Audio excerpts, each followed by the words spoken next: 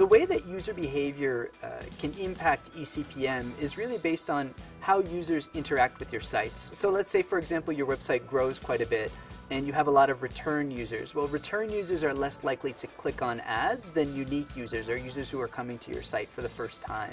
If you look at some sites over a long period of time, as their audience grows, their click-through rate will not grow at the same rate. And that's often because they're adding new content which users are finding valuable and interesting, and they're spending more time engaging with that content. So even though the user is seeing more pages, they're not clicking on ads at the same rate.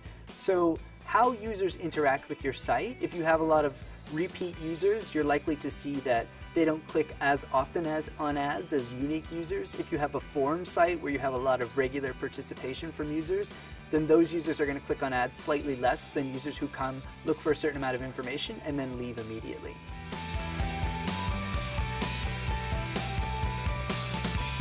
So there are a number of things publishers can do to get a better understanding of the fluctuations that they see in their eCPM. One of the things we recommend is that they integrate their AdSense account with their analytics account.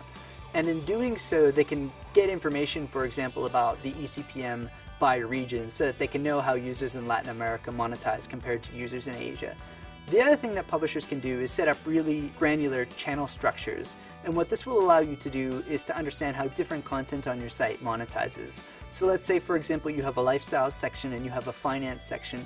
You're probably going to want to understand what the effective cost per 1,000 impressions is on both of those sections.